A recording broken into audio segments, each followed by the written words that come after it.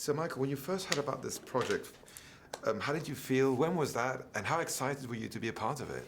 First time I heard about the project was about maybe 2.5, 3 years ago, right before me and Ryan started shooting Fruitville Station. And he just kind of said it very casually, hey, like, Mike, you want to, I'm thinking about doing this movie about Apollo Creed's son, you want to play him? And I'm like, cool.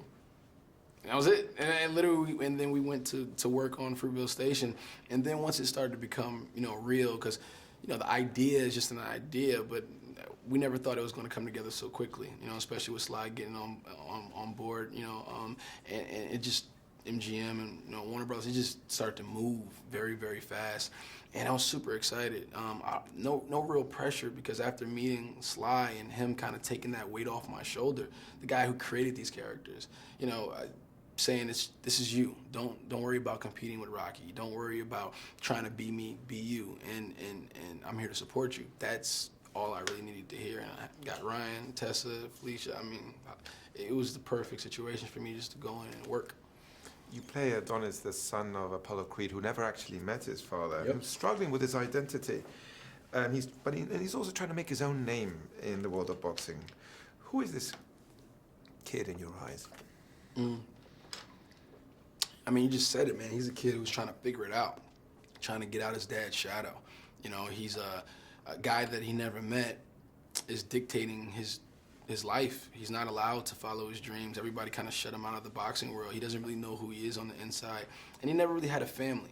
He never had that sense of family that he wanted so bad. And, in trying to figure out who he is, he ultimately, looks for the person that knew his dad the best, and that was Rocky, and then when he got there, he found a father figure that I didn't think he was, expecting, and their relationship, that chemistry, they just meshed so well together. And do you think Rocky, in a way, sees himself in Adonis? Literally going to say that. Like, literally. Yeah, I think he does. I think, Adonis definitely represents, what Rocky, was, the same kind of stubbornness, the same persistent, the same, I'm not gonna say belief in himself, because I think Adonis is slowly getting that confidence in himself throughout this film, to the end where he finds that confidence. But in the beginning, I don't think he has that completely yet. But yeah. But to answer the question, frankly, yeah, I think Rocky does see himself in Adonis. And this film, in the end, is about family. There's that father-son relationship, even though he's his mentor. Can you talk about that relationship between them? Because it's the heart of the movie. Yeah. And I think it works out really well. It's one of those things where, like, you're so used to seeing Rocky as a strong character. You're seeing him as a champion, as a fighter, being that guy. But when you see him start to deteriorate and lose that fight, I think that's really sad, And I think Adonis is there to remind him of that fight, to give him that fight back. Like, look, man, what are you doing? No, family, who's gone? I'm still here. I'm your family now.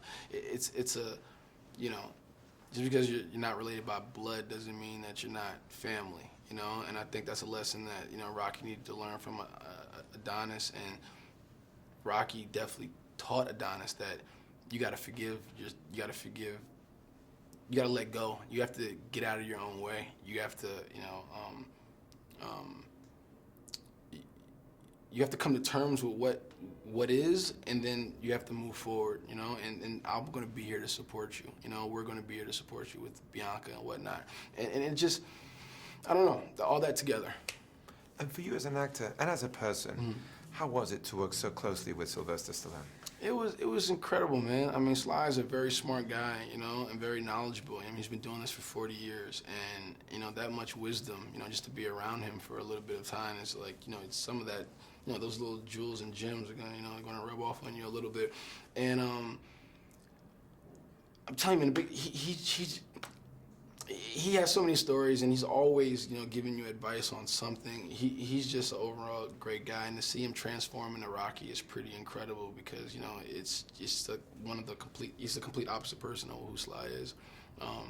Still, the humility and all that stuff still stay the same, but as far as the, just, older, very, man of few words, what I'm saying? Very, very, very, hunched over, his accent is super slick, and he's very humble. He's just got it. And you had to transform into arguably the best boxer, the son of the best boxer of all time. How was that process for you physically? And how was it to shoot those scenes with real boxers? Yeah, I think physically getting in shape was pretty tough. The diet, taking away, all the food that you love to eat, and consistently working out, lifting weights, cardio, doing the road work, and boxing, 6 days a week, sometimes 2 to 3 times a day. And it was pretty intense. It was pretty intense. And then we have the character of Bianca. How important is this character in the movie, in Creed? And what can you say of Tessa? I think Bianca's character is crucial. It's not just a supporting role. She's just not the girlfriend. She's not there just to look pretty or anything like that. She's a three-dimensional character.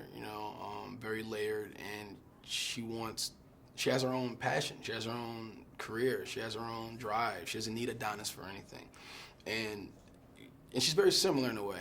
She's very stubborn and she's very driven. So when you have two people that are dead set on achieving their dreams, but there's the natural attraction there. What's the balance, the give and take? What's young love like in 2015? And I think Tessa is an amazing actress. She's so giving, she's so honest, and she's such a strong person. I think it takes that same strength to play a girl from Philly, and I think it just works. And I love working with her. The chemistry's there. It's awesome. Speaking of drive, nobody believed in this project more than Ryan, and he got it made. What can you say about him? I mean, he's incredible, man. I mean, he's very, very smart guy. Knows a ton about film and cinema, and very family oriented, humble, grounded, gracious. Doesn't like being complimented at all. That's why I'm gonna give him all the compliments in the world. And he's one of my best friends, man. I hope we continue to make movies, as long as we're doing it. How was the boxing? The actual boxing? There's these great fights. And is it in your blood now? Is there something that's caught you? Yeah, I'm shadow boxing like every once in a while. Everywhere I'm standing still, I don't have nothing to do with my hands. I'm just like throwing punches and stuff like that. And boxing is such a disciplined sport. It's a chess match, between two people, and it's two corners actually. And the boxing scenes in this are incredible. Ryan wanted to shoot it differently than any other boxing film, especially, in that winner that we got. And it was very ambitious, and it took months of rehearsal and choreography to kind of get it together. But I think we pulled it off. So I'm super proud, and I know he's super proud too.